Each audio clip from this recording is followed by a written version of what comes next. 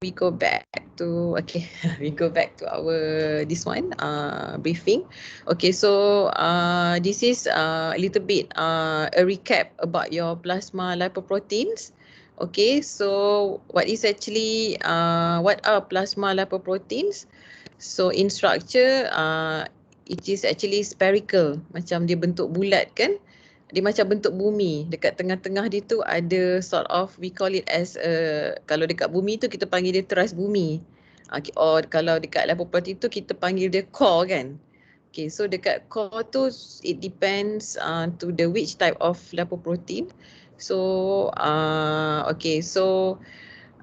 it contains lipids plus specific proteins, so mainly apoproteins. Depends to the types of lipoprotein. So we have 4 main types of lipoprotein. Okay, chylomicron, very low density lipoproteins, or we call it as a pre-beta lipoprotein. Low density lipoprotein we also call as a beta lipoprotein, and as well as high density lipoproteins. We call it as alpha lipoprotein. There are also another types of protein. We call it as the IDL kan. Okay, so IDL tu is actually in between of which one? Is in between of IDL. If you still remember. VLDL and LDL. Yeah, so VLDL and IDL. So VLDL tu before is being converted to low LDL, meaning kalau bila dia convert into LDL tu maksudnya we need more cholesterol kan in the content of LDL. So IDL tu is like the intermediate lah between the VLDL and low and LDL. Okay, and of course HDL ni is also we call it as a good Cholesterol. Yes, good cholesterol kan. Okay, sebab dia ada apa, reverse cholesterol transport lah mainly because of the property. Okay, so if according to the classifications of lipoprotein, okay, if we refer to the classifications of lipoprotein, so actually we classify this lipoprotein now we focus on based on electrophoretic mobilities kan. So basically in the laboratory you can separate these lipoproteins in your serum using gel electrophoresis. Okay, so kita go a little bit of introduction into these electrophoretic mobilities of lipoprotein. So lipoprotein can be separated according to their electrophoretic properties into this one, into HDL, VLDL, LDL, and broad beta lipoprotein is actually also known as IDL. We call it also as a broad beta lipoproteins. Okay, so the mobility of a lipoprotein is mainly dependent upon protein content. Okay, and then those with higher protein content will move faster towards the anode, and those with minimum protein content will have minimum mobility. So you all still ingat lagi ke your practicals on gel electrophoresis masa SEM 1? Masa PCR kan? Gel electrophoresis. Sikit-sikit. Ingat kan? Sikit. So kita recap balik lah. So actually this lipoprotein can be separated with this gel electrophoresis. Okay, whatever yang kita discuss just now is actually mostly is the principle of the gel electrophoresis. Okay, kalau you all tengok dekat sini, gel electrophoresis tu contain apa dia? A gel box with a buffer kan. Here we have macam ada tank. So tank tu depends lah, ada few sizes of tank. So this tank tu usually we load with running buffer, and then is actually configured with a cathode. Cathode tu is a negative terminal at the end, and anode as a positive terminal at the opposite end, and an external power source. So of course we use electric source actually to separate this lipoprotein. Yeah. Okay, so sama juga macam you all during your DNA practical tu masa PCR apa nama practical kan. So you learn about this jet electrophoresis. So you're going to load your sample here kan, and then on power supply. So this actually band tu will be separated using electric field lah, using electric field.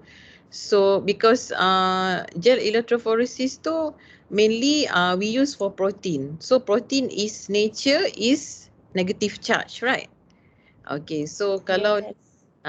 that's correct. So kalau negative charge tu dia akan go into the opposite side kan.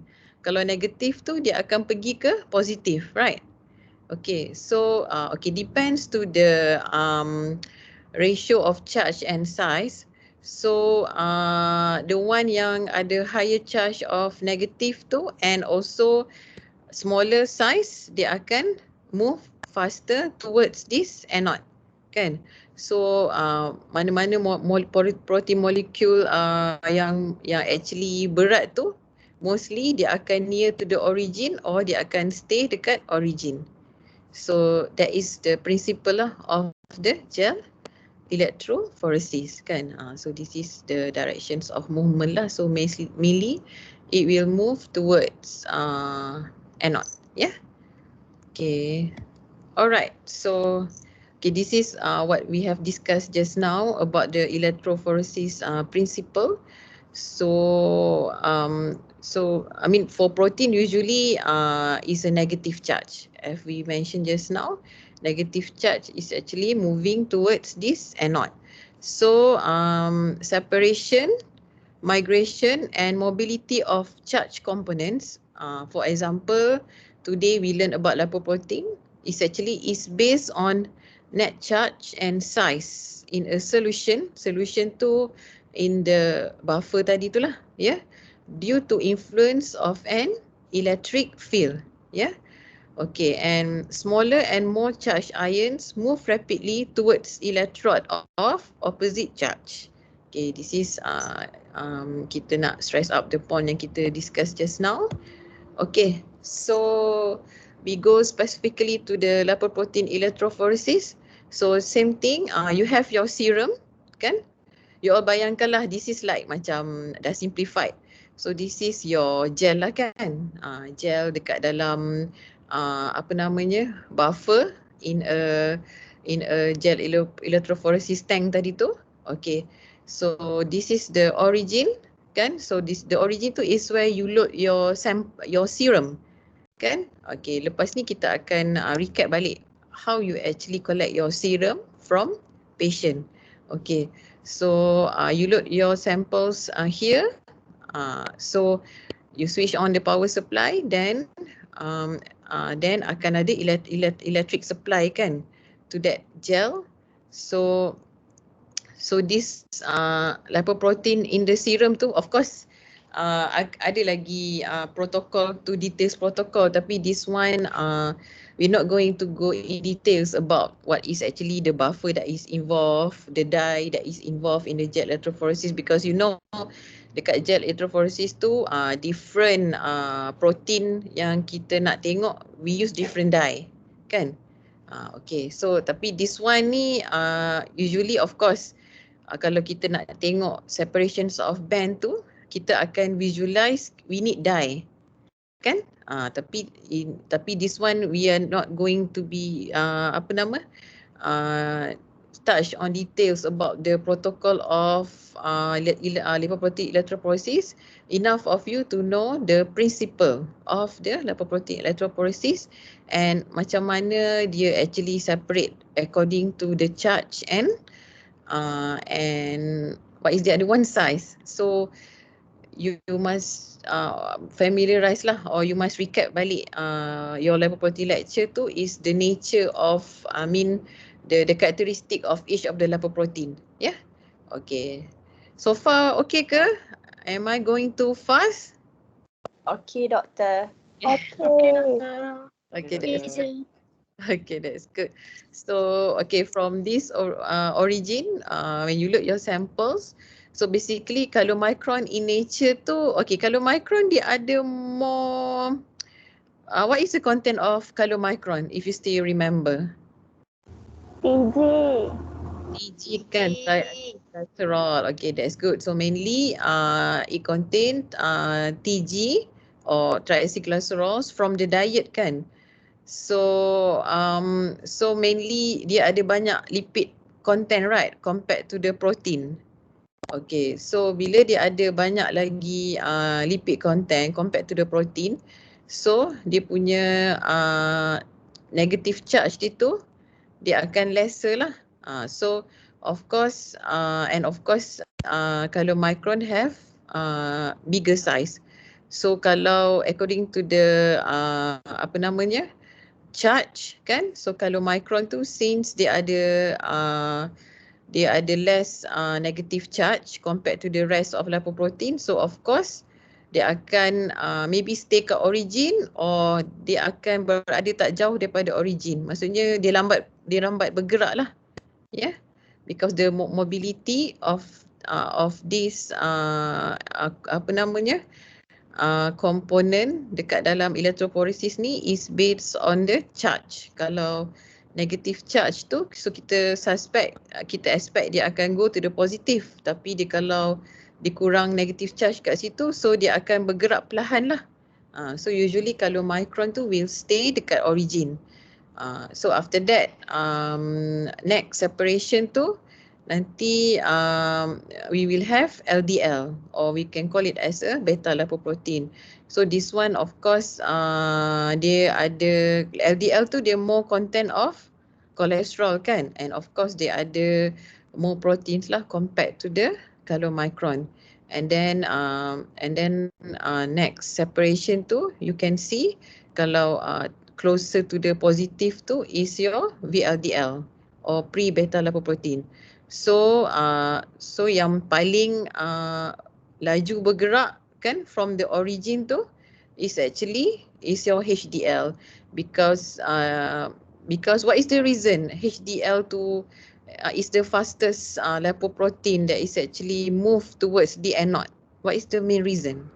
Because it's the smallest particle compared to chylomicron and has the largest percentage of cholesterol. Cholesterol. Okay, yes. And of course dia ada more apoprotein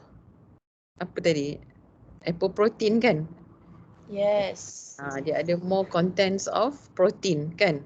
So that's why, so dia ada banyak negative charge, so that's why dia move faster towards the fastest lah compared to the other lipoprotein towards the anode. Yeah. Okay, so this is just nak terangkan balik to stress out the point yang about the charge of the lipoprotein, yeah.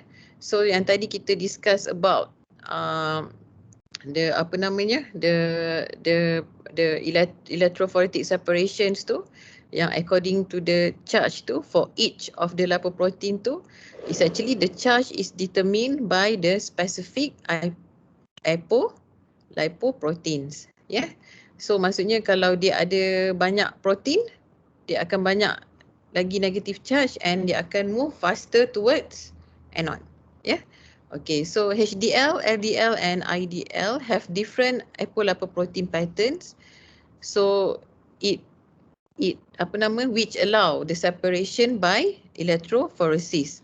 So that's why the chylomicron, the lipoprotein, the different lipoprotein in a serum can be separated because they have different apolipoprotein patterns and by electrophoresis. Yeah.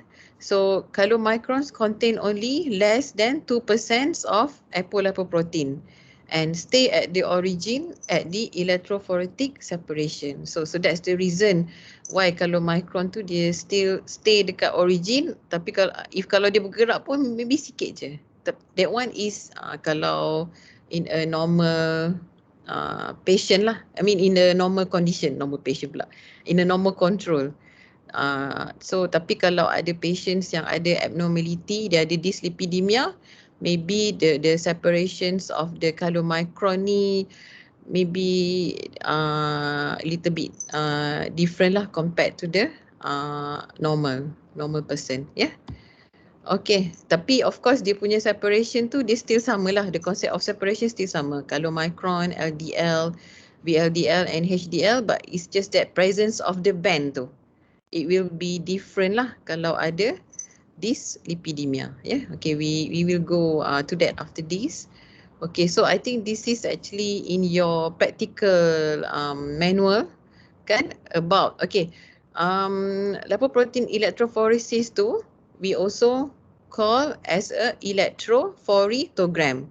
So kalau dekat dalam your practical question nanti masa OSPI, kalau actually we mention about the question mention about electrophorytogram tu is actually mention about lipoprotein electrophoresis. Okay, dia sama. More that electrophorytogram tu is about the pattern lah of the lipoprotein in a gel electrophoresis. Okay, so kalau you baca balik tak apalah, I think you can read this out in the practical. I think is the same like what we discussed just now. So again, nak stress out the point that the alpha lipoprotein HDL band is the fastest moving fraction and it is located closest to the anode. Okay, and same with the rest, yeah. Okay, okay, so far ada apa-apa soalan ke? Tak ada kan? Okay. Okay, so we can move on. Okay, this one sama je macam yang saya dah explain just now. Okay, so about interpretations of this electrophorytogram ni, kan? Okay, so let's say if you run a sample, let's say a patient come to the clinic. Kalau ada dekat hospital tu, there are actually facility untuk you are request untuk buat lipoprotein separations of a patient. So you can actually need to interpret the results lah after actually the serum of the patients tu dah run the lipoprotein electrophoresis. So usually kalau normal pattern, okay, kalau normal pattern of the electrophorytogram tu on electrophoresis, kan, ni maybe you all boleh bayangkan kejap. The beta lipoprotein tu just now is, beta lipoprotein is the LDL, kan? Okay, so appear as the major fraction, meaning the LDL band tu akan nampak lah, and mostly it appears as the major fraction, yeah. Okay, with the pre-beta lipoprotein, pre-beta ni is actually VLDL. Mungkin dia akan faint atau absent, yeah. And the alpha band definite, but alpha band ni is the HDL. You can see the HDL but less intense compared to the beta. Macam ni tadi kan, if you refer to the mana tadi? Yeah, sekejap. Okay, sorry. Okay. Okay, this is your this one electrophorytogram tu. Okay, so tadi kalau normal pattern tu maybe kita akan nampak maybe a little bit presence of band for the chylomicron here, kan? And mostly untuk beta tu akan ada band tu akan lagi visible lah compared to the other lipoprotein band, yeah. And then pre-beta tu actually dia cakap tadi is almost invisible, kan? Mungkin undetectable, tak nampak sebab the concentration so is very low. Kalau dekat normal person lah with normal level of lipids, yeah. Kalau dekat alpha ni dia kata there are presence of band tapi less intense compared to the beta, yeah. Okay, boleh dapat Okay. Okay, so in terms of serum pula, so a normal fasting serum can be defined as a clear serum with negligible chylomicrons. So hence that's why kalau dekat lipoprotein tu in terms of chylomicron tu mungkin it will not appear as a major fraction kan, maybe dia akan appear sikit lah the band tu compared to the LDL and HDL. Maksudnya clear serum with a negligible chylomicrons, normal cholesterol and triglyceride levels. Okay, so this is normal pattern of a normal patients with normolipidemia kan. Okay, so kalau let's say there are conditions of dyslipidemia kan. Okay, dyslipidemia tu is actually is the combinations of maybe high triglyceride, high LDL, something like that. Okay, so actually there are 5 types of dyslipidemia or hyperlipidemia. Okay, so this is actually how the lipoprotein pattern looks like in each type of hyperlipidemia. So for example, kalau type 1 tu is actually the main characteristic of type 1 hyperlipidemia is hyperchylomicronemia. So you can expect dekat dia punya electrophoretogram tu, or the chylomicron band here is big. Is the biggest compared to the rest of the lipoprotein. Okay, so for example kalau tengok juga kalau type 2, so type 2 ada dua jenis, 2A and 2B. Type 2 tu is more to 2A tu is more to hypercholesterolemia. This one maybe you can see in FH patient. Sebab FH patient tu usually they have normal triglycerides, normal HDL, but they have high LDL in the blood. Okay, so this is how the pattern of patients with type 2 hyperlipidemia. So the lipoprotein pattern is like this. So dia akan nampak the smear of LDL tu is the largest lah compared to the rest.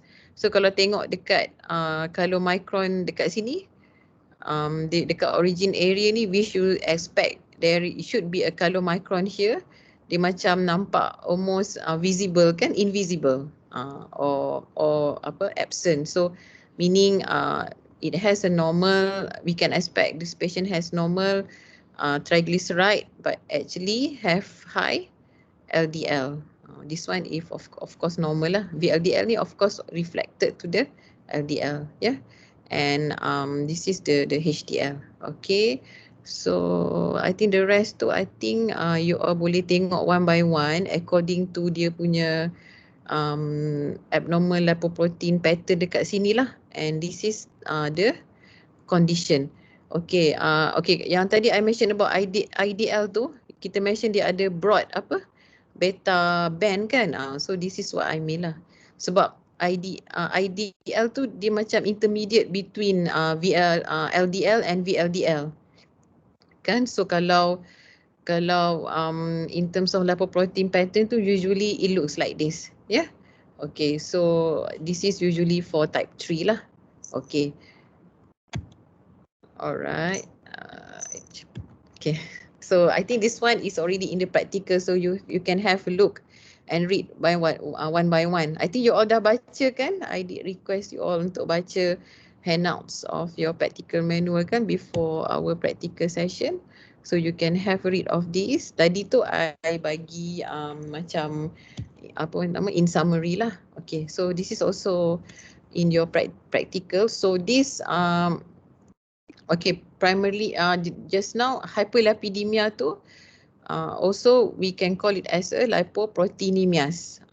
This is kalau kita refer to primary hyperlipidemia or primary lipoproteinemias tu, there are actually 5 types yang kita discuss just now.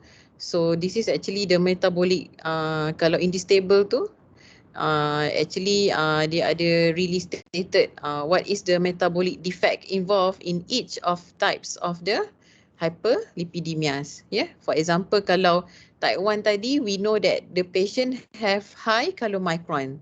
Tapi of course kalau kita nak accurate, we need to ask patients to fasting for about 12 hours. Yeah, so that it's not going to be kita boleh differentiate whether the chylomicron is actually presence in the serum tu is actually from diet or fasting. Kalau sebab in general kalau after kita makan we have high chylomicrons, right? Kan, so that's why kalau kita betul-betul nak buat diagnosis in the clinic, kalau betul-betul kita nak define this type 1 for example type 1 hyperlipidemia tu, meaning kita nak tahu memang betul-betul dia ada high chylomicron tu is not because is high because of the diet, kita akan minta you all need to ask the patient to fast for at least 12 hours kan. So kalau this type 1 ni the patients will have high fasting chylomicron. So the metabolic defect that you can expect that is actually this patient having is actually defect in lipoprotein lipase. Kan? So if you still remember, what is the functions of this lipoprotein lipase ni? Kalau you all ingat lecture Dr. Narimah. Saya nak tanya. Degrade LDL. Okay, to degrade LDL from mana? Dekat mana tu? Where is the location? Sebab degrade degrade LDL? Degrade TG. Okay, degrade triglycerides from which chylomicron. from chylomicron. Nampak Muiz tu. Chylomicron dengan VLDL kan? Sebab mainly chylomicron tu dia bawa from the diet. VLDL dia bawa mainly TG that is actually being produced by the liver, right? Okay, so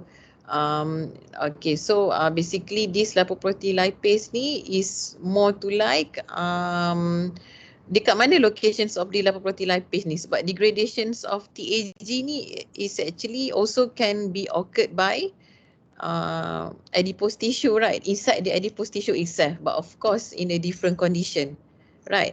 Like in a well-fed state, this lipoprotein lipase ni akan express dekat capillary wall. For example, capillary wall of the adipose tissue. So when this chylomicron reach adipose tissue, so dekat capillary wall tu there will be expressions of lipoprotein lipase. Of course, you need specific apolipoprotein kan that is actually enhance the expressions of this lipoprotein lipase dekat capillary wall, which is ApoC2 ApoC2, yes. Okay, so you need ApoC2, ya betul Solihah, ApoC2 kan for the expressions of the lipoprotein lipase in the capillary wall. So in this hyperlipidemia type 1 tu, so this patient dia ada lack of lipoprotein lipase deficient or memang dia absent. So that's why dia tak boleh hydrolyze lah the TAG from the chylomicron tu untuk dibawa ke, this TAG tu kalau dia akan break into glycerol and fatty acids, right? So this fatty acid tu sepatutnya lipoprotein lipase tu dia need to be facilitated inside the chylomicron kan. Tapi in this case because lipoprotein lipase tu not be able to degrade the TAG inside the chylomicron, so dia akan stay lah in the blood, yeah, and mungkin dia akan and of course dia akan transported pergi ke liver after that. So in this type 1 hyperlipidemia, that is what happened. They have deficiency of lipoprotein lipase, so that's why they have high fasting chylomicrons in the blood. So kalau tengok appearance of the serum tu, okay, kalau kita refer to this diagram tu, this is also in your practical. So ni yang tadi kita mention about kalau normal person tu dia ada clear serum. Kalau type 1 ni because dia ada dia have banyak chylomicron dekat dalam serum dia, dalam blood dia. So that's why this chylomicron tu in the serum akan appear like this. So blood tu actually kita akan centrifuge dia to get this serum. So after kita centrifuge tu, then we can see this foamy creamy layer tu dekat on top of this serum like this one. So this is actually, kalau type 1 tu, this is actually the chylomicron, or mainly it contain triacylglycerol or TG. Sebab in terms of density, ni pula jangan pening pula, in terms of density pula, TAG dia paling ringan kan compared to the chylomicron ni, paling ringan compared to the rest. Yeah, TAG lah. We are actually specifically to TAG. In terms of density, TAG tu paling ringan. That's why they float. Yeah. So that's why kalau patients type 1 tu, we can see that there is a layer of foamy creamy layer here dekat dia punya serum. Of course yang the rest tu, mana-mana yang involve kalau macam like this one, increase VLDL, especially kalau anything yang involve with increase chylomicron and increase VLDL, then you can expect dia punya there are presence of foamy creamy layer dekat dia punya serum. Macam like this one maybe is very severe kan, like type type 2B ke atas ni sampai type 5 ni, memang dia punya serum dia mostly cloudy, because dia ada high content of VLDL. VLDL ni pula is more to like dia ada high TG. Bila kita fasting tu, ni this is like ada different condition pula lah yang menyebabkan patients tu ada high VLDL kan.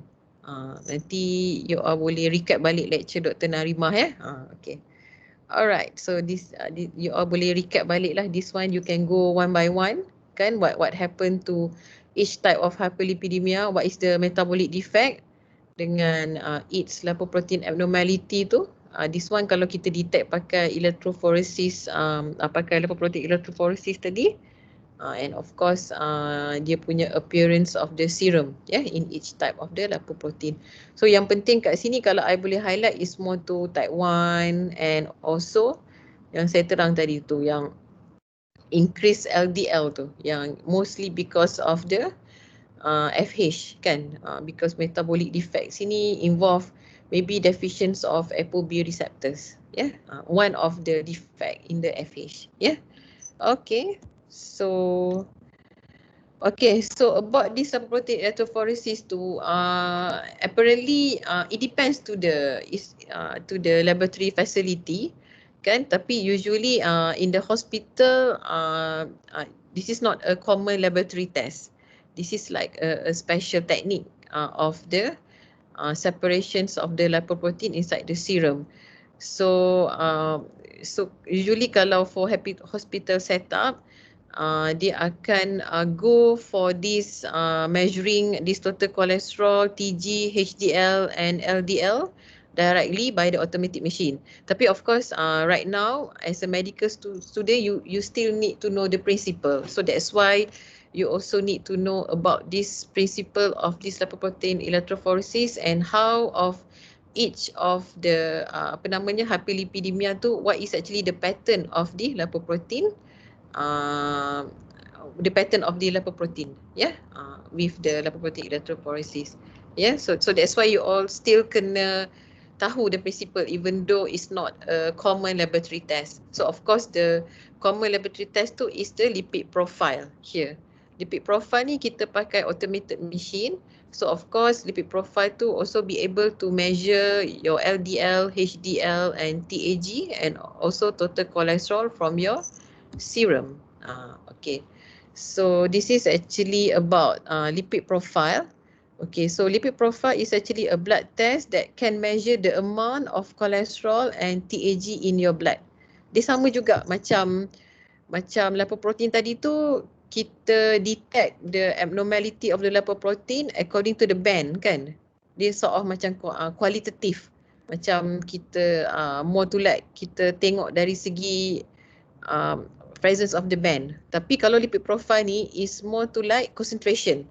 So from lipid profile tu kita akan dapat for each patient the actual concentrations of the cholesterol, TAG, HDL and also the LDL inside the serum. So that's why we can call it, we usually we call it as the lipid profile.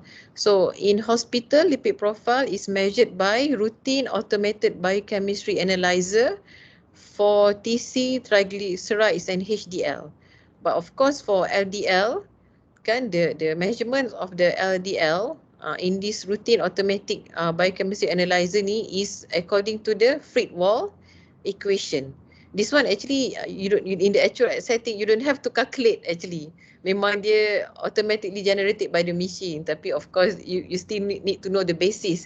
Actually for LDL, the calculations of the LDL concentration tu if by this Friedewald equation, yeah. LDLC equals to TC minus minus apa dia? Actually this one minus dia tolak HDLC plus TG bahagi 5 ni because this is actually the ratio of the TAG that is actually present inside the chylomicron and what is that? And VLDL. So usually sebab kita nak tahu the actual LDL kan dekat dalam blood, so dia kena tolak lah the TAG content inside the VLDL and the chylomicron, yeah. So that you can get the actual concentrations of this LDL.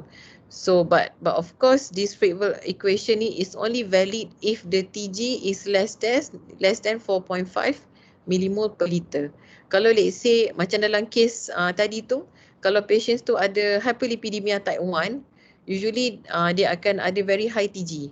So if the TG tu if more than 4.5, so you cannot actually validate the LDL result. Sebab equation, because the result tu use this equation. So dia kata sini equation tu kalau TG more than 4.5, for example 5 millimole per liter in that patient, so the LDL results in for that patient tu is actually inaccurate. So you need to request lah for another test to measure for LDL direct. Yeah. So that one is in detail lah, but usually it will be taken care of by the pathologist lah. Yeah.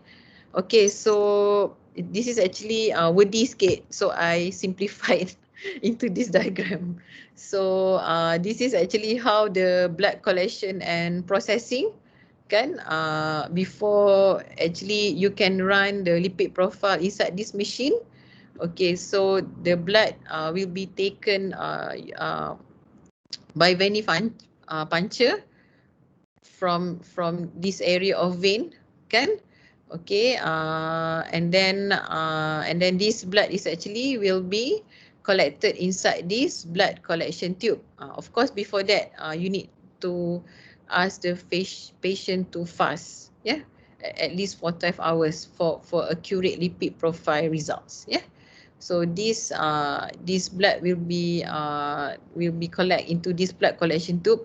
This one is just a demo to show you different types of anticoagulant use in the blood collection. Tapi usually kalau for lipid profile tu, selalunya kita akan collect selalu dalam one tube je, tak perlu banyak-banyak tube ni kan.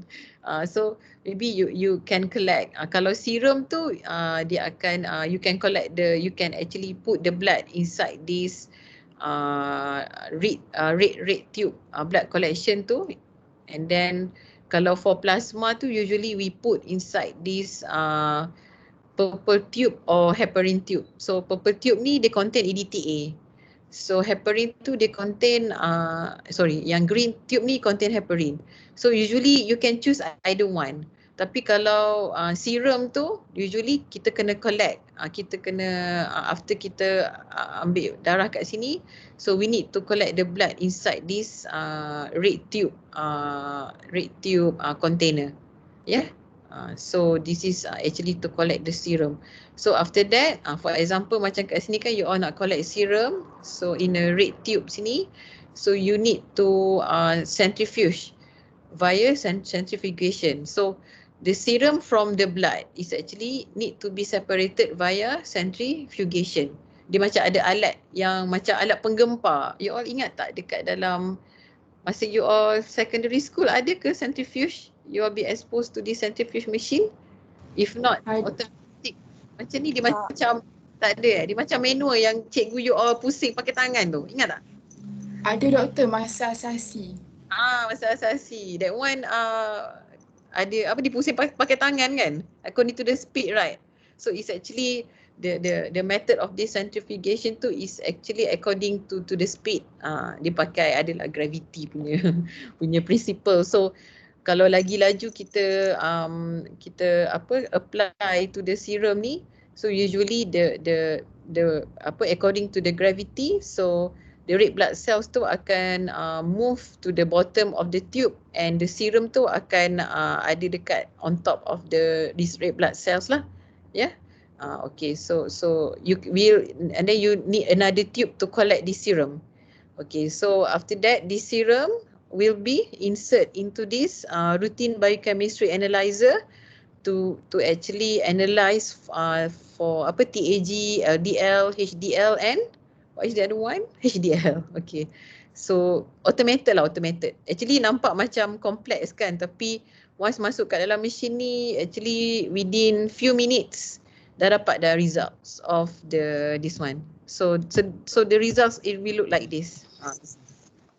So you will get your lipid profile, cholesterol, this is the concentration. Usually in Malaysia we use millimole per liter.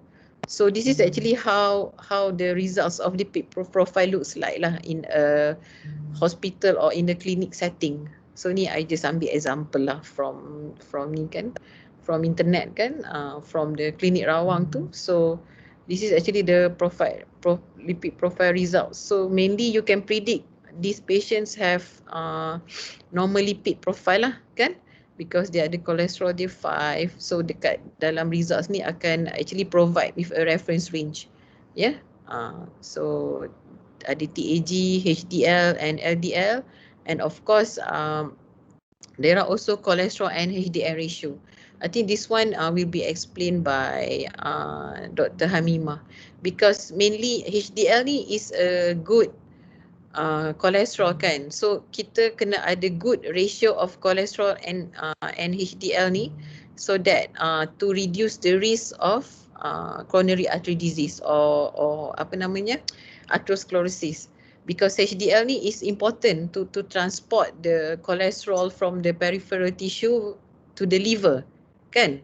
So that's why the ratio of this cholesterol and HDL ni is also very important. So there are also normal range of this ratio. This is the range. So this is actually how the lipid profile looks like kan.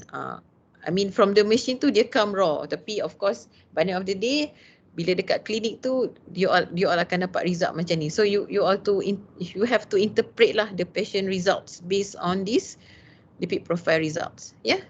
Alright. So okay, dah habis dah tadi. Okay, so this is you can have a look after this. So this is actually how just now tadi tu dia terbalik je from that Friedwald equation tu. This is how they measure the total cholesterol kan.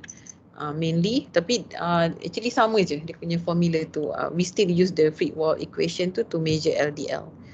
Okay, so this is ni you all kena ingat, even though you don't have to really memorize the normal value of the each of the lipids tu, or if of the lipoprotein, tapi mainly yang penting tu you all kena ingat the normal range of plasma cholesterol tu should be less than 5.2 millimole per liter.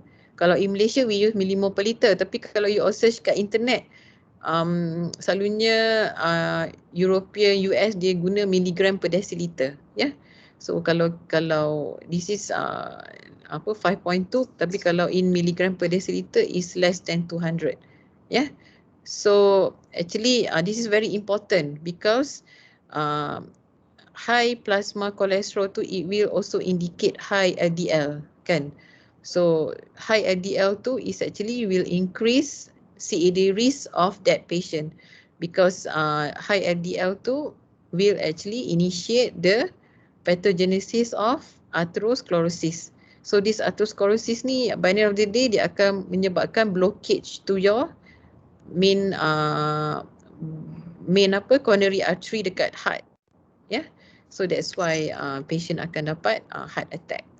along the way lah. Of course the process tu is not going to happen overnight, dia progressive.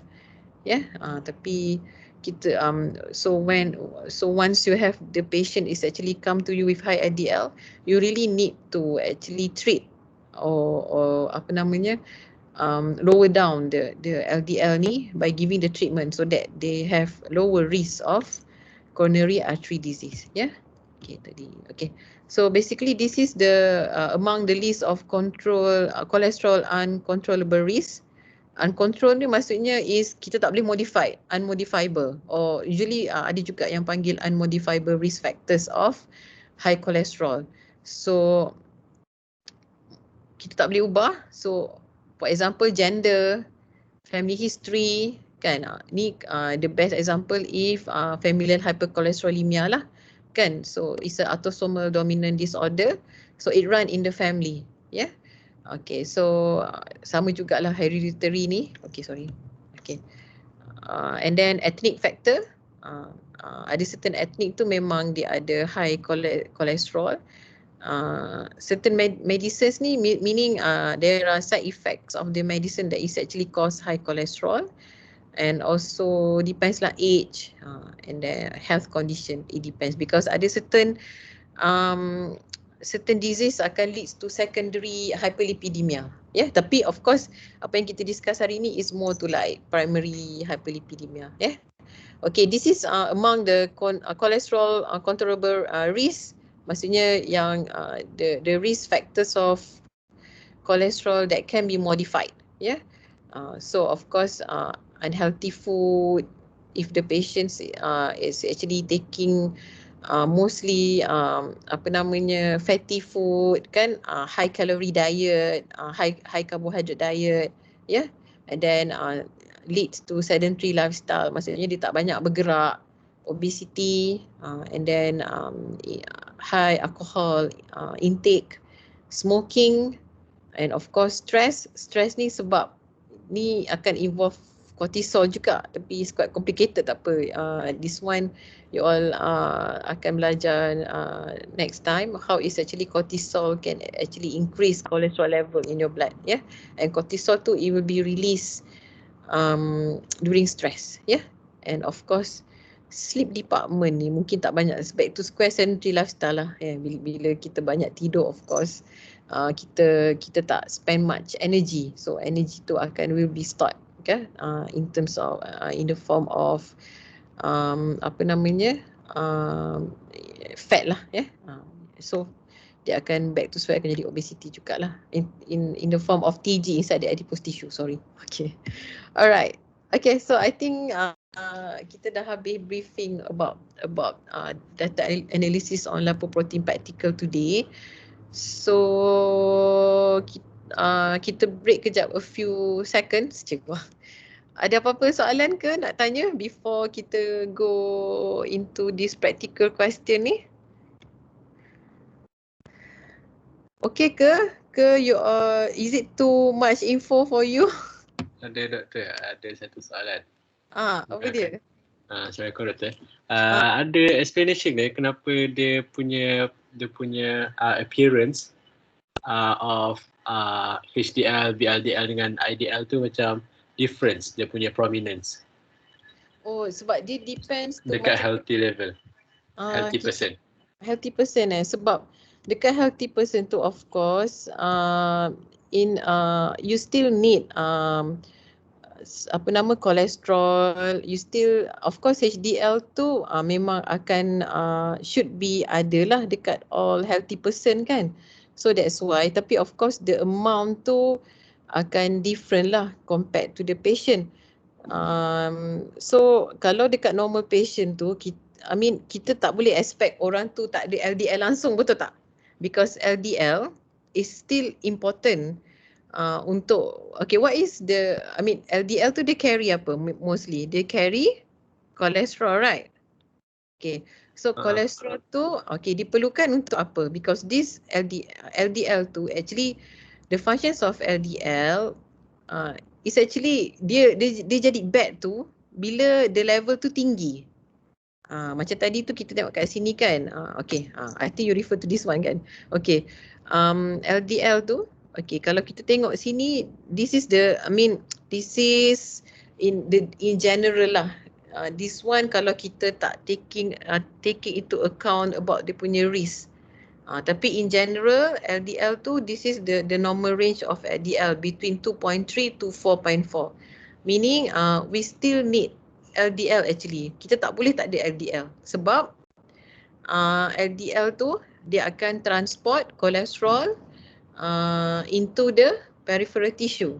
And this cholesterol will be used for what? Mainly to produce apa dia? Hormon. Hormon lagi untuk for the apa? Untuk for the structure of the brain kan. So because cell membrane also need cholesterol kan, as one of the structure of the cell membrane, right? So mainly of course, so that is actually the main function of LDL. Actually dia jadi bad tu kalau dia tinggi sangat. So that's why kalau in terms of lipoprotein pattern tu, kita still expect there are also presence of the macam quite prominent presence of the LDL band into the lipoprotein pattern. Tapi of course dia pun kalau compared to patients yang FH kan, dia ada high LDL level, of course the band tu akan lagi tinggi lah compared to the normal kan. And same goes with HDL juga. HDL ni sebenarnya lagi tinggi lagi bagus.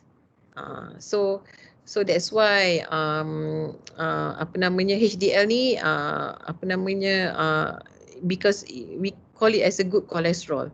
So kalau let's say individu tu dia ada high LDL tu lagi bagus. So that's why kalau dekat dalam lipoprotein yang electrophoretogram tu, of course we need to expect there are also presence of HDL band juga. Kalau micron tu sebab even though it is there, tapi dia macam mungkin nampak, let's say kalau in the normal patient kat sini, normal patient, dah patient normal pula, in the normal individual kat sini kan, dia ada normal level of, actually macam borderline juga ni, dia ada macam, let's say lah kalau individual tu dia ada 0.7 millimoles per liter TAG.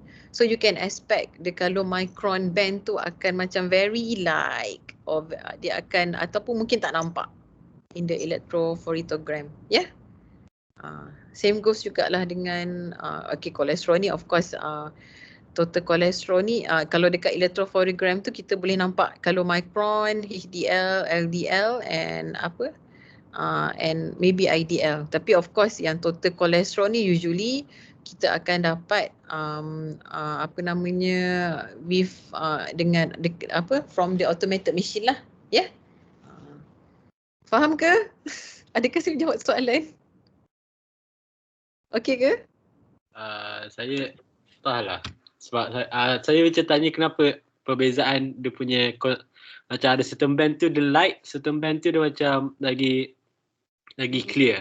Yang dekat healthy people tu ada macam justification dia punya komponen tu, macam HDL kenapa dia lagi pekat ataupun kenapa lagi clear dekat sini, dekat healthy people. Dekat healthy people of course. Tengok dekat sini kan, actually of course tak semua different person dia akan ada, of course the lipid profile, different person akan ada different lipid profile, tapi kita just need to maintain dekat normal level kan. Okay, macam dekat sini kan, because kalau we are referring to lipoprotein electrophoresis, selalunya the separation tu is based on the charge of the lipoprotein kan. Macam mana tadi? Like this one kan. So mungkin you all confused kat sini. Dia kata on electrophoresis, the beta lipoprotein appears as the major fraction. With beta ni is actually the LDL.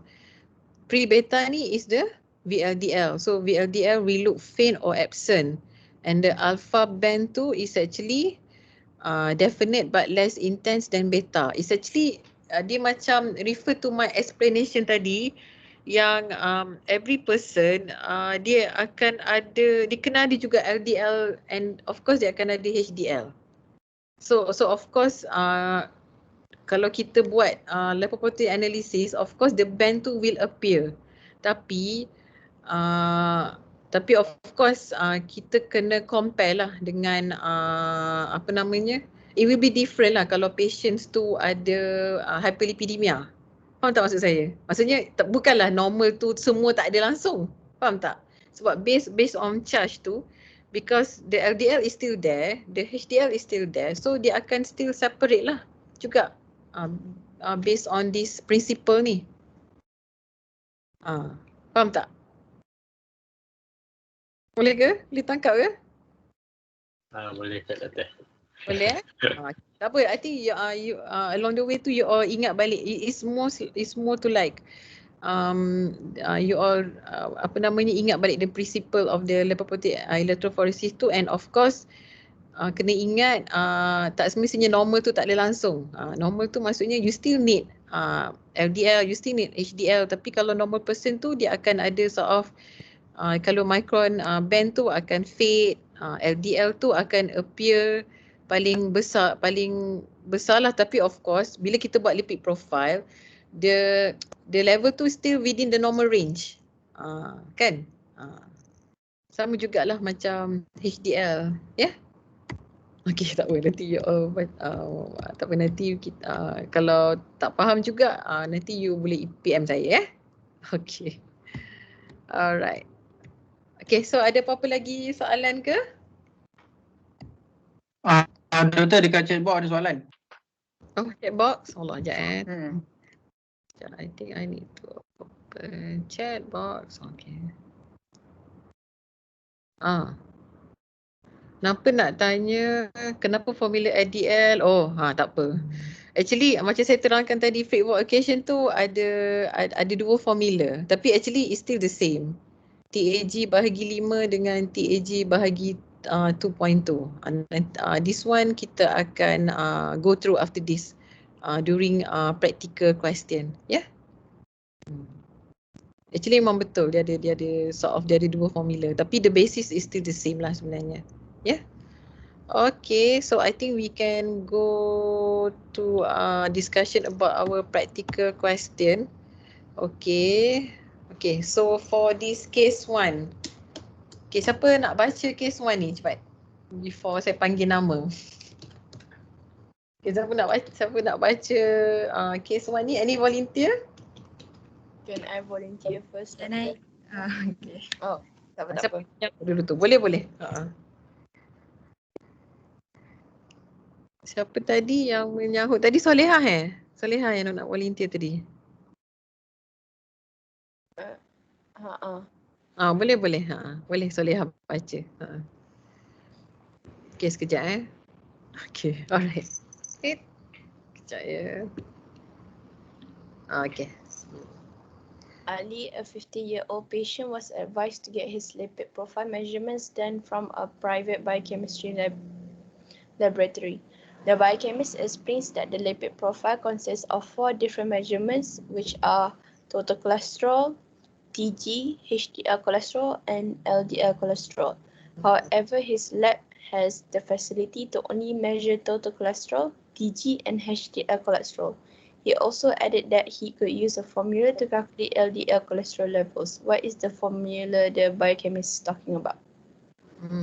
Okay, that's good. Okay, Solehah dah baca. Anybody would like to answer the question? Maybe I can ask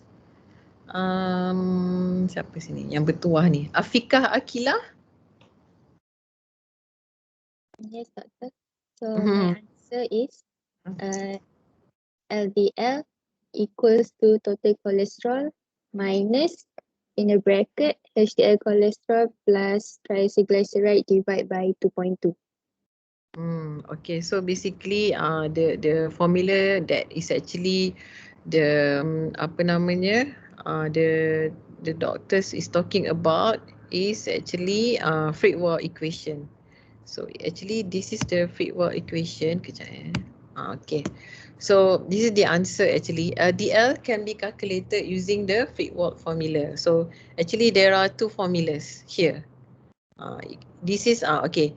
Yang tadi cakap 2.2 tu actually it depends to the unit. Okay, kalau in millimoles per liter, usually in Malaysia we use millimoles per liter. So this is actually how the formula looks like lah kalau the unit is in millimoles per liter. Ya, yang Akilah mention tadi. Ya, total cholesterol equals to LDL equals to total cholesterol minus HDL minus TG divided by 2.2 or it can be kalau divide 5.0 tu if the unit you use is in milligram per deciliter. Yeah. Okay, so actually sama je, it's just that the unit is different. Yeah. So again, actually you all boleh in details tu kenapa nak divide 2.2 tu macam I terang tadi is because of the ratio of the content of the TAG and cholesterol inside of the chylomicron and VLDL. So they come out with this divide 2.2 tu. Yeah. Okay, that's good. Okay, so this is I would like to highlight the limitations of Friedwald equation. So should not be used under the following circumstances or condition. So when chylomicrons are present, this is mainly kalau that's why you need to ask the patient to fast, kan? So to know that really the chylomicrons tu is really high because of the diet or because of memang ada metabolic defect, yeah. And when plasma TG is more than 4.5 and of course in patients with type 3 hyperlipoproteinemia, macam tadi tu kita tahu yang these patients they ada high, mostly they ada high VLDL, very high. So that's why bila very high tu the TAG level tu more than 4.5 millimoles per liter. So that's why for Friedwald equation tu is not valid. Yeah. So you need to use other measurements such as automated juga, tapi you need to specifically request for direct LDL measurement. Yeah, in the lab lah, of course. Okay, so case 2. Alright. Siapa nak baca case 2 ni? Sekejap saya try panggil nama. Okay, from group C. Siapa ni? May I, Doktor? Boleh. Okay, volunteer pun okay, no problem. Okay, sure, boleh. In the above case, the following are the lipid profile results of the patient. Total cholesterol 4 millimole per liter, triglycerol 1.1 millimole per liter, HDL 1.0 millimole per liter. Calculate his HDL cholesterol using the above formula. LDL. Okay. So what is your answer? Do you have your answer? I have my answer, but I didn't realize that millimole per liter needs to use 2.2. So okay. So okay, tak apa. Calculate. Anybody have the answer? Tak apa. May I try, Doctor? Okay, sure. I got the formula got 2.5 millimole per liter. Same, Doctor. Same. Same. Okay, so that is correct. So kita guna formula yang atas tu lah, divide by 2.2, yeah. Okay, so the answer is 2.5 millimole per liter. So total cholesterol is 4, HDL is 1, TG is 1.1. So by the end of the day, you've got 2.5 millimole per liter. Okay, that's good. Okay, very fast. So we go to case 3. This is like macam sort of how actually you going to interpret the lipid profile results lah in the clinical setting. Bila you masuk klinik nanti, macam tadi you all dah dapat results of lipid profile tu from the lab. So you all kena tengok lah each of the types of lipid tu.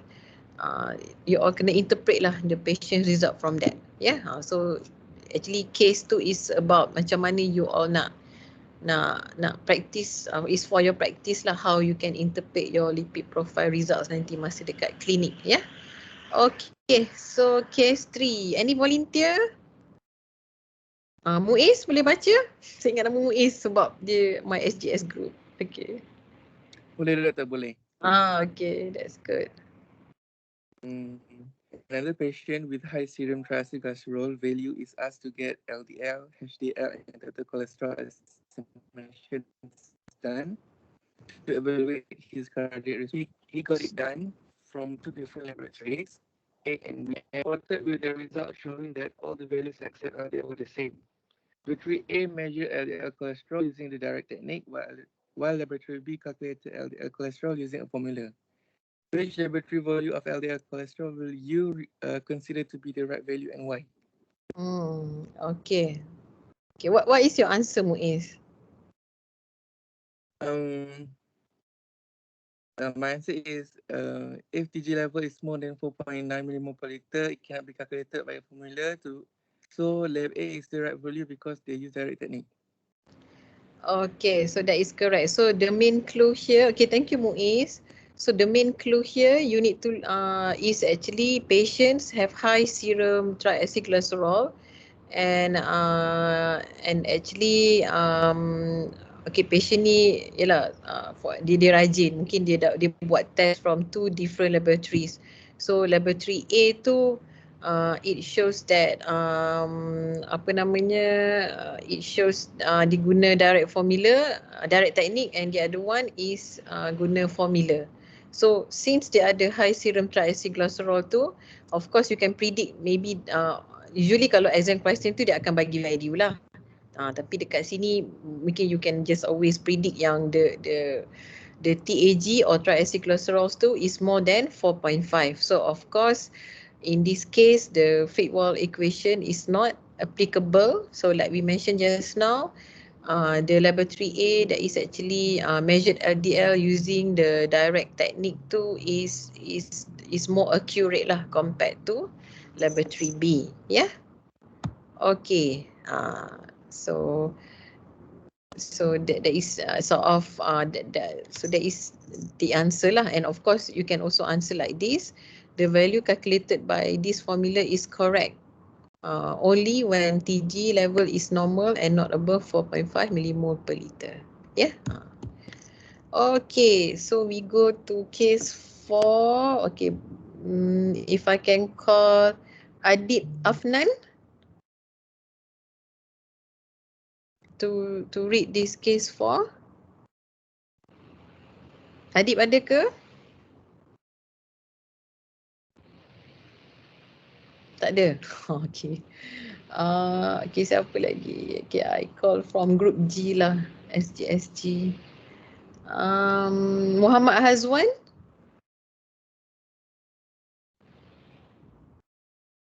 Tak ada. Tak ada juga. Irdina. Yes, Doctor. Okay, Irdina ada. Okay, mana pergi yang lain-lain boys tu? Tidur lagi ke? Alright. So Irdina, maybe you can. Doktor panggil saya ke Doktor? Yes. Baru menyaut. Siapa tu? Saya Azwan. Azwan. Tak. So macam ni Irdina, do you allow Hazwan to read this case? Cik tanya Irdina pula. Ikut Doktor. Saya next Doktor. Okay lah, kita bagi Hazwan baca, Irdina jawab. Boleh Okay, Doktor. That's right. Alright. Okay. So Iram boleh baca? Okay, case 4. The following are the lipid profile parameters of the above patient. First, total cholesterol equal to 6.0 millimole per liter. 2, triglyceride equals to 1.9 millimole per liter. With what levels of lipids you can classify a person to be hyperlipidemic? So what is Irdina's answer? So my answer, so for LDL cholesterol, it must be greater than 3 millimole per liter, and HDL it must be lesser than 1.2 millimole per liter. HDL it must be less. Yeah, less than 1.2. Okay, tak apa. HDL is actually dia terbalik. Kita nak HDL tu is more than 1.2. Tapi actually ada certain lab tu dia ikut gender. Tapi in general 1.2 tu dapat level daripada mana? Ada dalam lecture note dia punya normal range dia. Ya, okay, tak apa dalam lecture notes. Okay. So actually HDL tu macam tadi saya terang, the higher the better. Ya. Okay, so kalau hyperlipidemia tu maksudnya dia ada mix lah. Maksudnya kalau patients tu dia ada high cholesterol, high total cholesterol, tapi dia ada normal TAG or normal triglycerol, so you can call it as a hypercholesterolemia. Sebab dia only ada high cholesterol. Tapi kalau high lipidemia ni, hyperlipidemia ni, maksudnya dia ada combination. Dia ada high cholesterol macam in this case lah. Dia ada high cholesterol and also dia ada high TAG atau TG. Yeah. So that's why that's how you can classify a person to be hyperlipidemia. Maksudnya dia ada both lah. Dia ada high TAG, high cholesterol. Tapi ada juga certain patients yang dia ada low HDL. Low HDL tu kita consider abnormal juga, abnormal lipid profile. So kalau maybe in the case of macam more complicated jugalah kat sini. Kalau dia ada metabolic syndrome. So metabolic syndrome tu, this is for your information mungkin dekat klinik nanti macam-macam condition you all akan jumpa. Tapi you akan encounter juga there are patients actually have high cholesterol, high TAG, and usually kalau patient ni dia ada high TAG, dia akan ada low HDL juga. So in this case kita panggil dia dyslipidemia.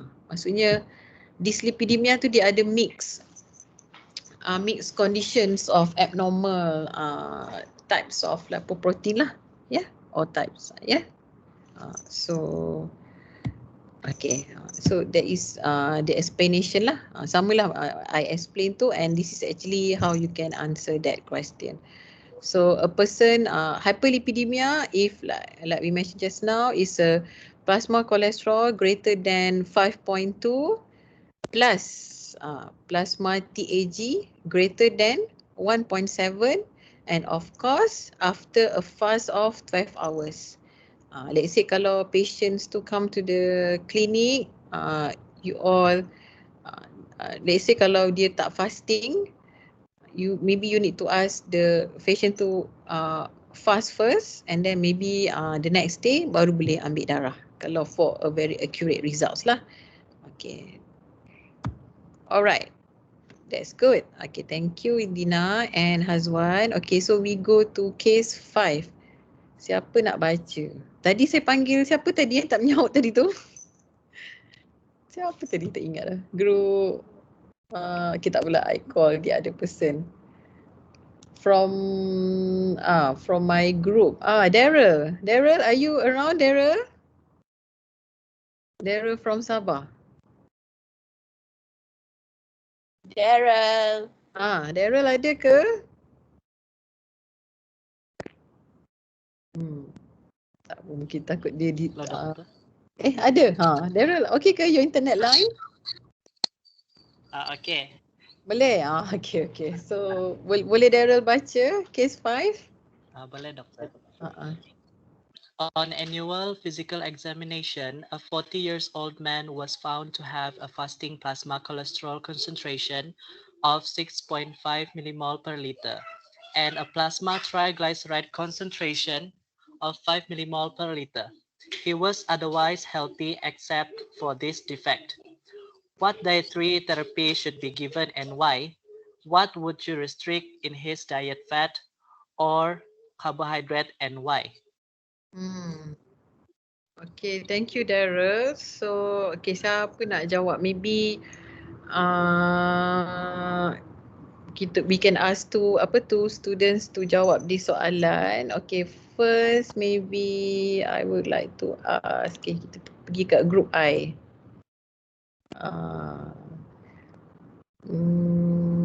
Hani Nafisa? Yes, doctor. Okay, boleh Hani Nafisa jawab yang soalan first tu, what dietary therapy should be given and why? Dietary therapy. Okay, wait.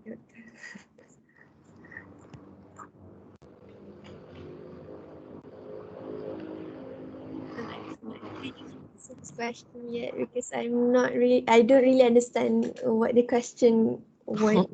Okay. So the question dia kata okay, and apa ni macam on the normal check up lah. Azman 40 years old, selalunya person yang more than 40 years old like me cuba dia ada dia kena buat annual check up actually. So bila dia buat annual check up tu dia find out yang he has high fasting plasma cholesterol 6.5 millimole per liter and plus dia ada TAG concentration 5.5 millimole per liter. So this is what we call just now as hyperlipidemia condition. Yeah, maybe type 1, I'm not sure. Tapi depends lah. Yeah. So he was otherwise healthy except for this defect. So you as a doctor usually before you actually prescribe drugs is actually to lower down his LDL, cholesterol and TAG, usually you will give dietary advice. Okay, so imagine you are a doctor, kan? Patients tu dia ada high lipid, dia ada high cholesterol, dia ada high TAG. So macam mana Hani nak bagi dietary advice to this patient? In general, tak apa, in general. What can you advise to this patient? Okay. So I think we can advise the patient to have to increase their food intake that is lower in cholesterol, such as fruits, vegetables, and yeah, and less oily food. Okay, that's good. So that is among the dietary advice that you can give. So meaning maybe you can advise the patient to have food with less cholesterol and of course kalau nantilah later bila you all undergo Dr. Hamima's lecture tu is actually cholesterol tu is actually is also influenced by carbohydrate intake. Because high carbohydrate also boleh increase synthesis of cholesterol in the liver. Yeah. Okay. So you can advise the patient to have food with less fat, less cholesterol, and also less intake of carbohydrate. Yeah. And of course trans fat, and you can advise the patient to have more fruits. Just like what Hani mentioned just now, more vegetable, maksudnya more veggie and also more fiber lah, kan? Which is actually can help to lower down his cholesterol and TAG. Yeah. Okay, so macam so in the second question tu back to square, what would you restrict? Fat or carbohydrate? I mean, which one is the first choice? Kalau let's say if you nak advise the patient, you nak advise dia more to like ambil less carbohydrate intake ke ataupun less fat intake? Mana satu? This is akan ada its own explanation juga, tapi it's good lah jugalah to dengar from you all, kan? What do you think? Okay, so siapa nak jawab? Any volunteer nak jawab? Bagi volunteer pula. Okay, kita pergi dekat group belakang-belakang ni. Group you from Dr. Johari punya group. Okay, maybe we can ask study girls. Okay, kita ask boys pula. Muhammad Akil Khairi.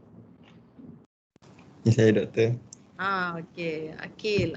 Okay, what do you think? Mana satu is the answer? I think we can avoid complex carbs, carbohydrates. So like we can Sebab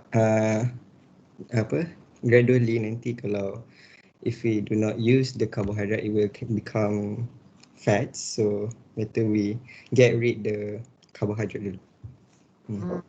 Yes, it's more so it's more to like Akil suggest restrict on carbohydrate diet dulu kan rather than fat.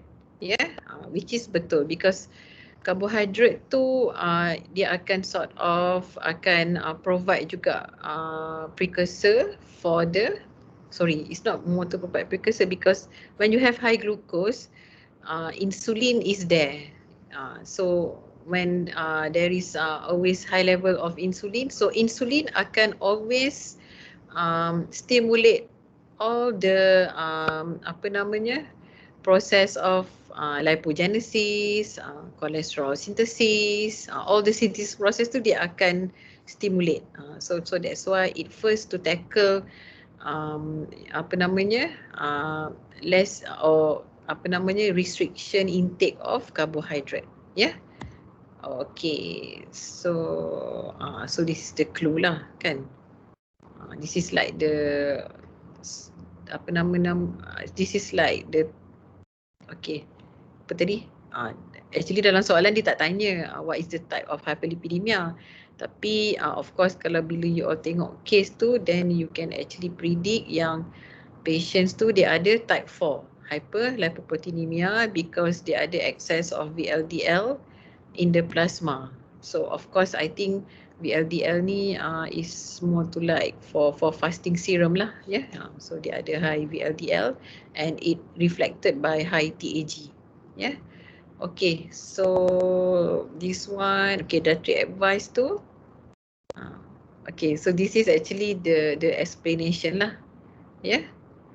Alright. So in the diet what will you restrict? Fat for or carbohydrate and why? So this is actually sort of the explanation lah, yeah. Okay, tadi Akil cadang less carbohydrate which is actually correct. Yeah, so kalau kita tengok jawapan di dekat sini VLDL TG rich lipoprotein synthesis in liver. So plasma TG okay, kalau baca kat sini cannot be reduced by reduction in dietary fat because much fatty acids used by liver for productions of TG are synthesized from dietary carbohydrates. This one actually sama macam jawapan yang Akil bagi tadi. Dia suggest less intake of carbohydrate and mainly because due to this reason lah because when you have a high insulin level so basically dia akan more facilitate the liver to produce TAG from dietary carbohydrate sebab sebab okay kalau TAG tu kalau you all ingat the synthesis of TAG is from apa dia glycerol and fatty acids, right? The esterifications of fatty acids and glycerol. Yeah. So mainly the glycerol tu the main source is from the glucose, right? From the apa namanya? From the glucose lah. From the what is the process called? Glycolysis, right? Okay. And of course the other one of course productions of fatty acid, synthesis of fatty acid pun akan menaik dalam keadaan high insulin. Yeah. So that is the reason lah kenapa is more to like apa namanya the effects of increased TAG tu maybe is from the dietary carbohydrates rather than dietary fat. Yeah. Okay, so this is also another explanation. So the source of circulating TG is primarily dietary carbohydrates and not dietary fat. Okay, boleh faham Boleh ke? Boleh ke? Tak confusing kan? Okay, wow. Okay, that's good. Okay. Dah habis ke? Ada lagi satu I think. Okay, so this is last case, case 6. Okay. So this is actually apa namanya untuk recap, you all, I mean, untuk revise lah you all punya informations about presence of floating creamy layer dekat serum tadi tu. Okay. Okay, siapa nak baca this case? Sekejap ya. Okay, Putri Elia. Putri Elia is here? Yes. Okay. So Putri Elia can read this case. Okay. This is Azman, a 12-year-old boy is admitted to the hospital with bout of abdominal pain and a long history of abdominal complaints. He had abdominal pain 4 hours after intake of fried food. On arrival at the hospital, blood specimen was taken. Patient's plasma appears clear with the presence of floating creamy layer. Okay, bukan soalannya tu baru case kan. So dekat sini you all boleh along the way tu boleh cari clue, apa namanya, admitted to the hospital with abdominal pain after 4 hours intake of fried food. Fried food tu maksudnya dia ambil fatty food. Right after dia ambil fatty food tu dia rasa abdominal pain. So bila dia ambil blood, there are actually appears clear with a presence of floating creamy layer. So mungkin you all boleh agak creamy layer tu is from the TAG. So TAG tu is mainly is either from the chylomicron or from the VLDL. Tapi ni dia bagi tahu yang dia ada abdominal pain tu 4 hours after intake of food. So kalau after intake of food tu, then you can predict we usually will have high level of chylomicron lah at that time, because that chylomicron need to transport this apa namanya, need to transport the cholesterol and all the apa nama TAG from diet kan. So okay, so this is actually how Azman's serum looks like. So Azman serums tu here on your right side of the screen. Okay, dia ada this one, dia ada presence of floating creamy layer. So this is mainly the TAG lah. Tapi maybe mostly is from the chylomicron, sebab tadi dia cakap dia baru 4 hours intake of apa fatty food kan. Okay, so that is how you can actually differentiate of a serum from normal samples dengan patient sample. Yeah. Okay. So what kind of lipid abnormality would you suspect in Azman? So what kind of lipid abnormality? I think ramai dah tahu kot jawapan dia ni. Okay, so kita go to, kita pergi kat group F pula tak? Tak boleh. Kenapa saya tak review? Tak apalah. Kita go, okay, Nur Alia. Do you have the answer, Nur Alia? What kind of lipid abnormality? Nur Alia binti Mustafa Kamal from group A SGS. Ada ke Alia? Okay, Alia tak ada. Kita go to, ada? Ada Alia? Ada tapi tak sure. Is it the type 1 hyperlipidemia? Type 1. Because kenapa Alia kata type 1? Because of the appearance. The appearance of the serum. Yeah, ada. And then the other reason? And then because the have high level of chylomicron, like Dr. said. I don't know, I'm not sure, sorry. That's true. Even though kita tak buat lagi lipoprotein analysis, tapi lipoprotein electrophoresis, tapi from the symptom tu maybe you all boleh predict kan, sebab kalau tengok tadi dia punya sort of symptom tu, dia kata dia ada abdominal pain 4 hours after intake of fried food. So it happens after makan fried food. So fried food tu mainly consists of fatty kan. Fat is consists of lipid. So that's why correct lah. So it's mostly type 1 hyperlipoproteinemia. Okay, is suspected in this case. So the milky plasma indicates the presence of very large TG-rich lipoprotein. Okay, since it mentions that the complaints of abdominal pain after the meals shows that the lipoproteins are chylomicron.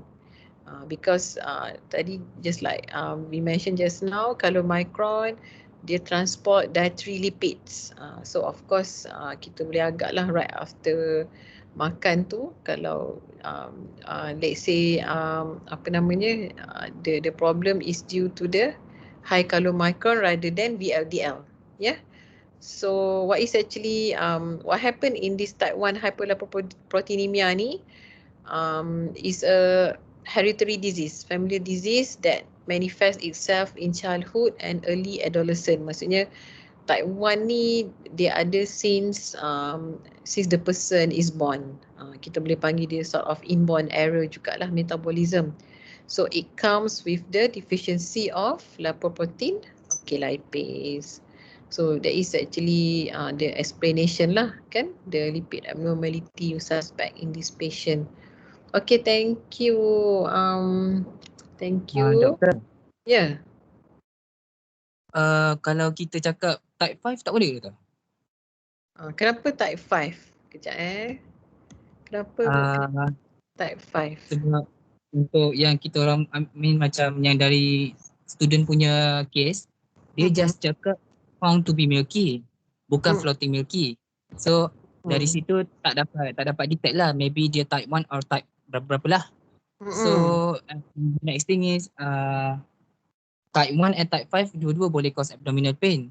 So sebab tu saya macam fikir either type 1 atau type 5, and also both ada orang kata increase in chylomicron juga sebab akan ada darker band nanti.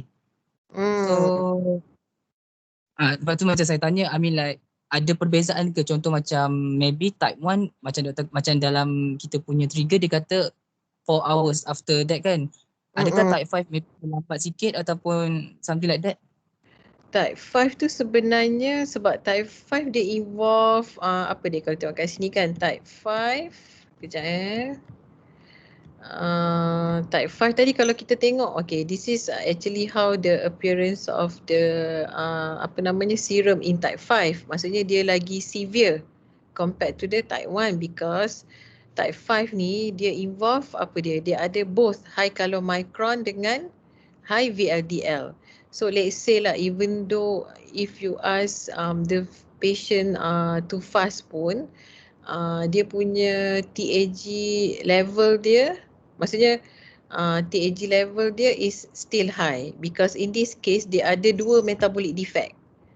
Dia ada, maksudnya dia macam like combination. So that's why kalau type 1 tu kita akan predict dia ada the serum looks like this lah sebab is less severe than the type 5. Okay, boleh faham ke? So kalau kita tengok kat faham okay, kalau type 5 tu macam dia involve ada dua metabolic defect tu, is like a combination. Yeah. Okay, very good question. Okay, so that is how you can differentiate between the different types of hyperlipidemia. Okay, tapi of course it's more straightforward bila dah ada the actual lipid profile lah kan.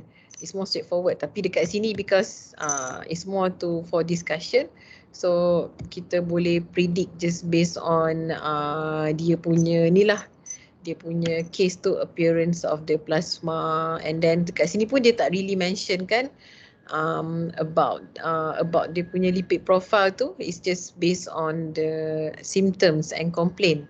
So that is what we can conclude lah for this case. Tapi of course kalau nak detail memang kena buat lipid profile lah sebenarnya. Tapi I think that is the next question after this sebenarnya. Okay. So it will it will direct you to the question B. Sama lah macam like your argument just now kan, macam mana kalau just based on complaint and symptom tu, maybe it will not direct you to the actual diagnosis. So of course you all kena buat further investigations lah by ordering lipid profile and and maybe let's say if the lab ada facility to investigate lipoprotein electrophoresis, so you can order lah the test for further investigate what is the actual abnormality or dyslipidemia in this patient. Okay, so siapa nak jawab soalan B ni? Okay. Siapa nak jawab? Any volunteer? Okay, tak apalah, yang tanya saya tu tadi boleh jawab. Tiba tak boleh buka pula SGS link je. Doctor, may I try? Okay, that's good. What is your name? My name is Haja.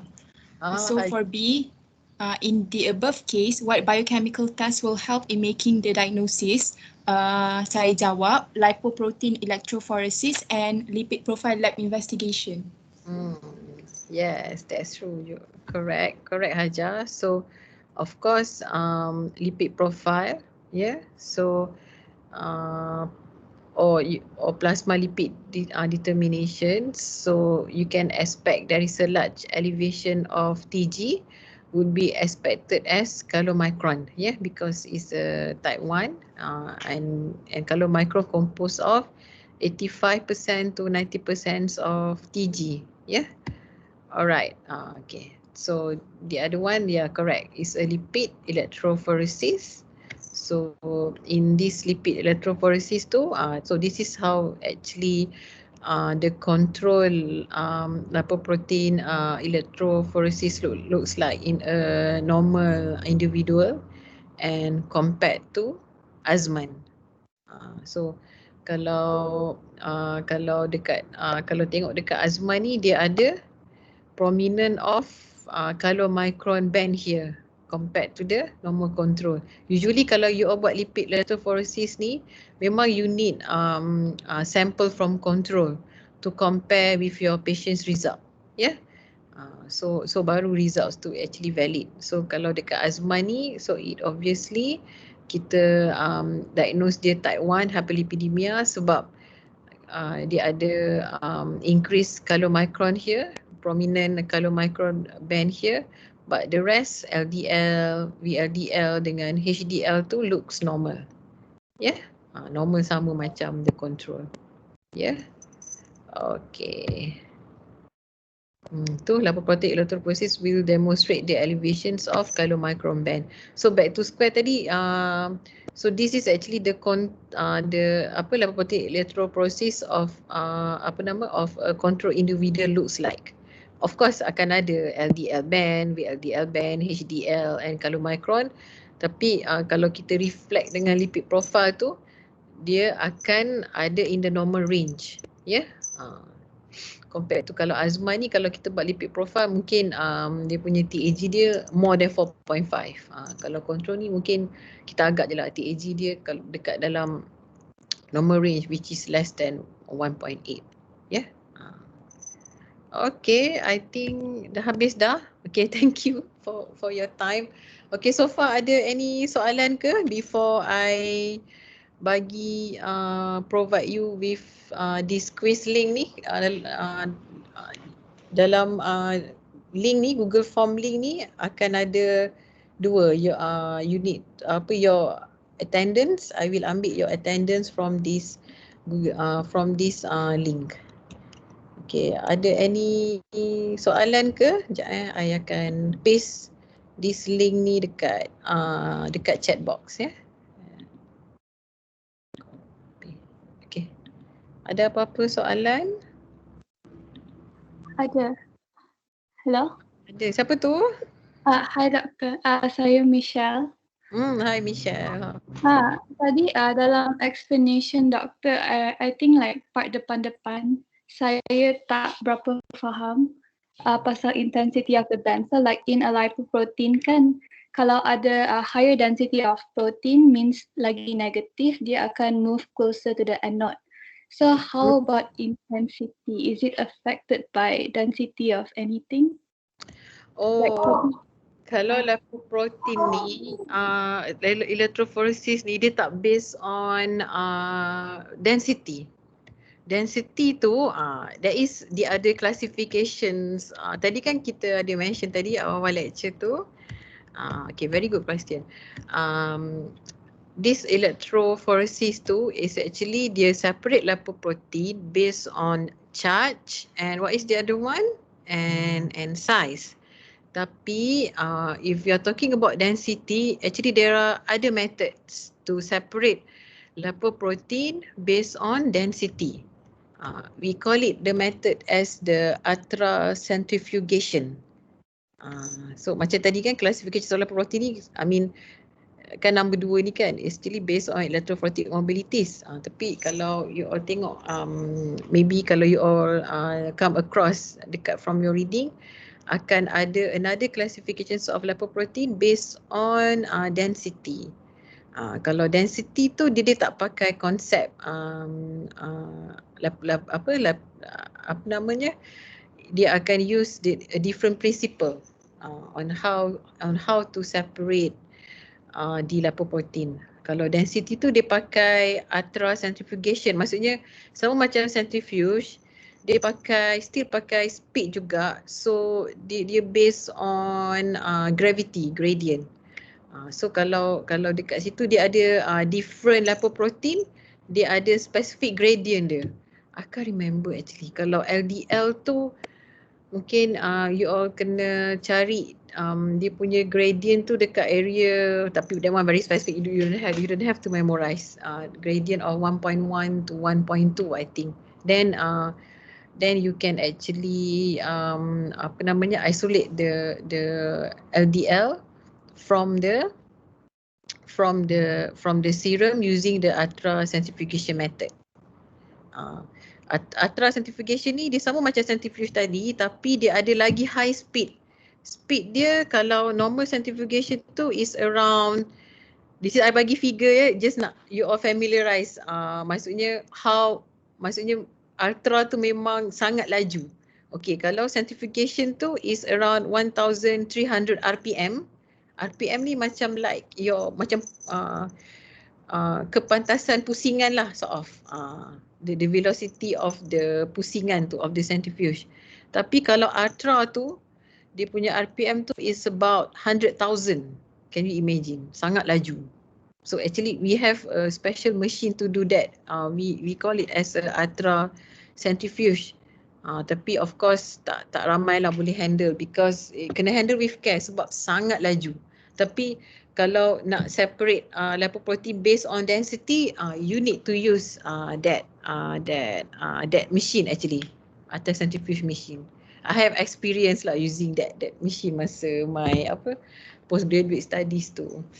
Takut jugalah, tapi it's very interesting actually, because at that time I need to separate LDL from a serum using this density principle. So I need to use ultracentrifuge because I need to get the LDL fraction itself. Macam dekat lipoprotein electrophoresis tu kita hanya nampak band, tapi kita tak boleh ambil fraction of LDL tu untuk analisis.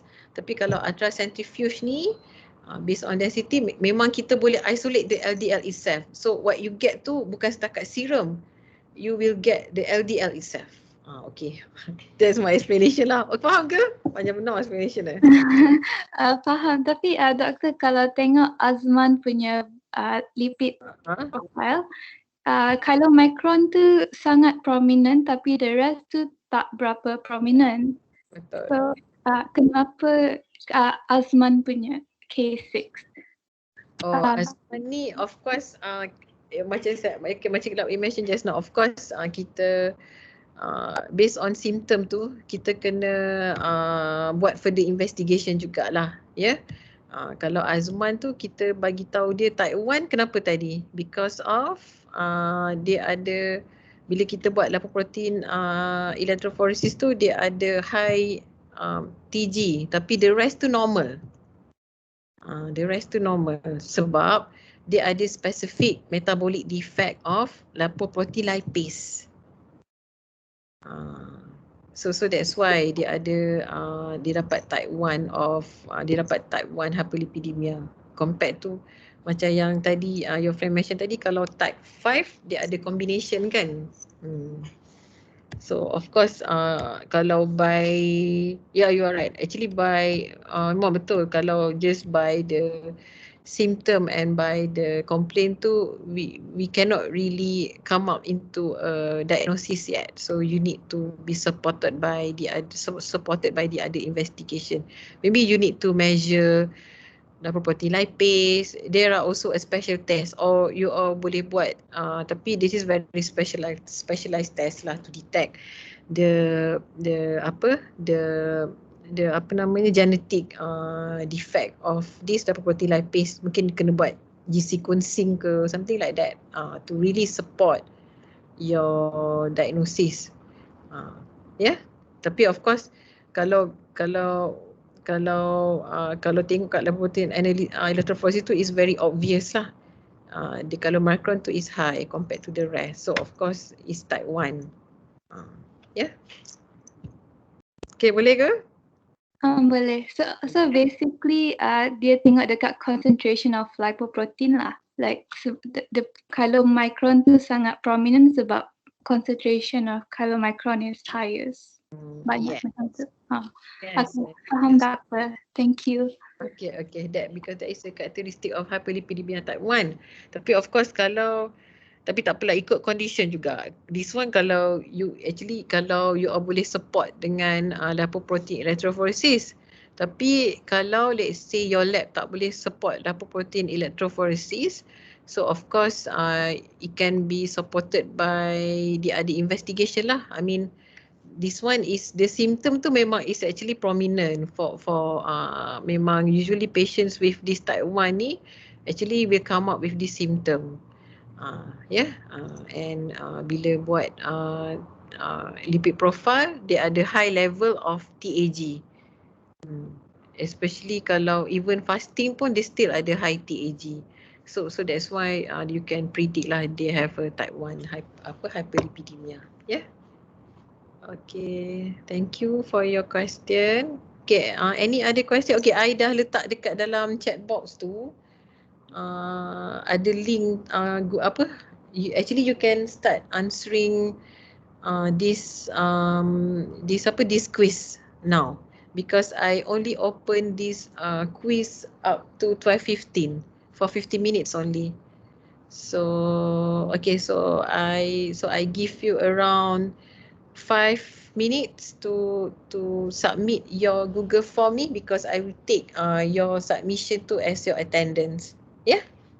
Okay, dapat ke klik dekat chat box tu? Sorry, tulisan besar sebab I straight away copy and paste from the PowerPoint. Dapat. Okay, so you can I give you time to fill in the form. So jangan lupa tulis your name and your SGS group so that I can easily identify and I can easily click your attendance according to your SGS group. Kalau tak ingat nama group, if you all ingat nama lecturer pun tak apa. Lecturer yang BMM tau, bukan ada subjek punya SGS kan. So you may have different SGS group kan, different subject. So this is for BMM punya subjek, your SGS group. Okay, so Doktor, grup yang lama ke grup baru sebab yang ada dulu punya grup yang ada 8 grup tu yang baru yang baru just before your SEM 1 exam yang grup yang baru. Okay Doktor, thank you. Okay, I give you around 5 minutes lah kot to answer. Okay, straight away boleh hantar. Tak apalah, you all jawab je. Even though dekat situ I tak bagi soalan MCQ, more to like macam SAQ. So you can just write according to your understanding, because I nak tengok you all punya understanding after this practical session. Okay.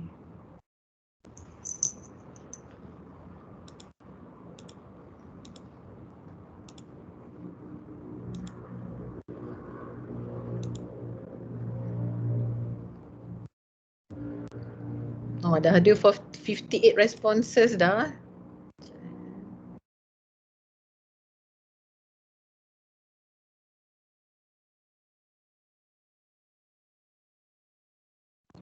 Okay, 62.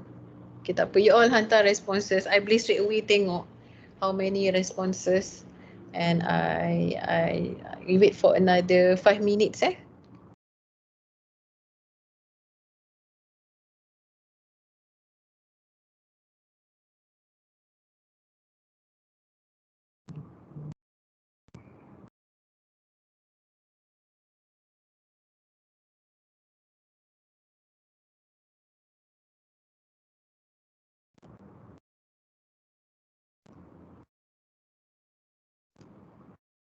Okay, already have 81 responses.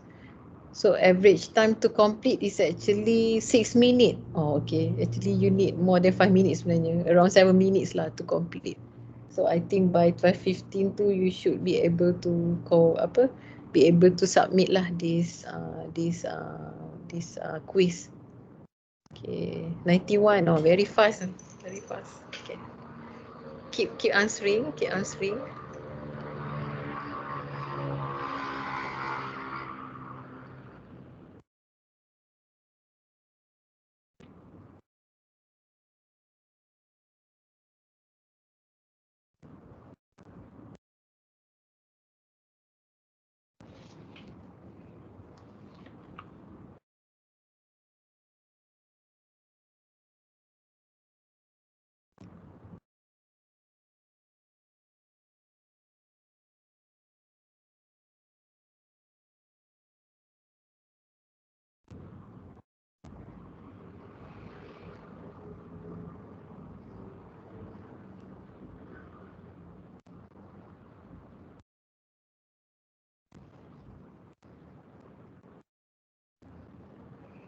Okay, so far dah ada 116 responses. Okay.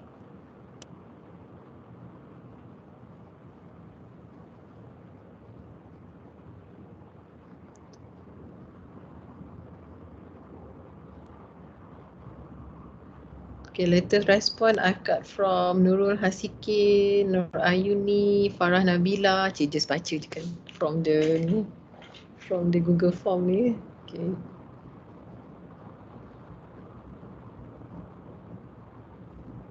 Alia Umaira baru hantar. Okay. So now the numbers is 132, 135. Cik cuba countdown tak? So kalau tengok attendance kat sini ada berapa orang je? Okay, ada 213. So I should be able to get 213 responses by 12:15. Okay.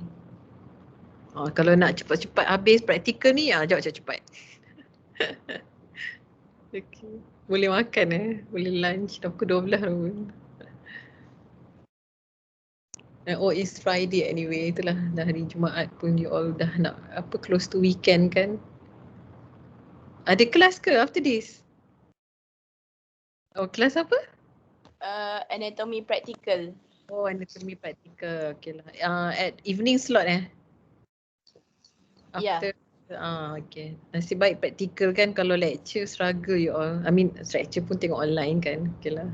Practical I think should be okay lah in the evening.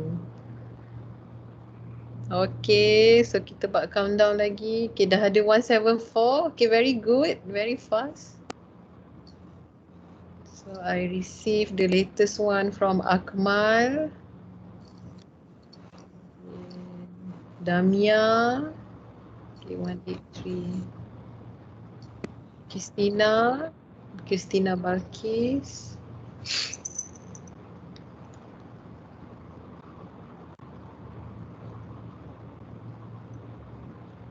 Oh, average rating apa? Rate your feeling now. Average rating is very good 4.4. Very good. So you are more or less happy actually. That's good. You feel, you're feeling very good. That's good. Okay. Okay, now we have 193.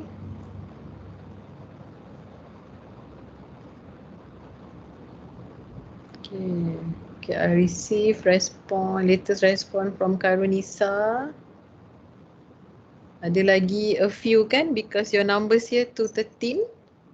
Okay, ada lagi around 14 macam tu. 14 okay, I need another 13 responses kalau ikut attendance ni lah. Okay. Okay. The latest is from Muhammad Firdaus. Okay. Okay, that's good. The rate of the rating of number